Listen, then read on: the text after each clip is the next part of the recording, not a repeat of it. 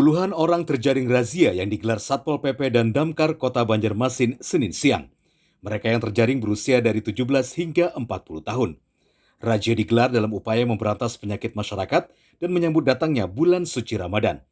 Petugas sengaja memilih waktu siang hari dengan menyasar sejumlah hotel yang diduga menjadi lokasi prostitusi.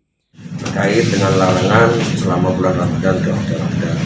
Sekaligus tentunya juga melakukan kegiatan penertiban sekaligus pengawasan kepada hotel-hotel pada hari ini.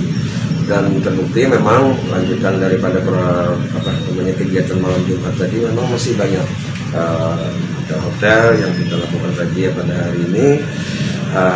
Para pengunjungnya ada yang tidak bisa menunjukkan bukti kependudukannya maupun ada beberapa pasangan yang tidak bisa menunjukkan surat keterangan nikahnya.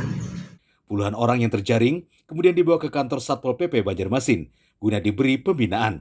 Khusus untuk muda-mudi yang terjaring, petugas akan melibatkan orang tua yang bersangkutan untuk memberi pembinaan agar mereka tidak mengulangi perbuatannya.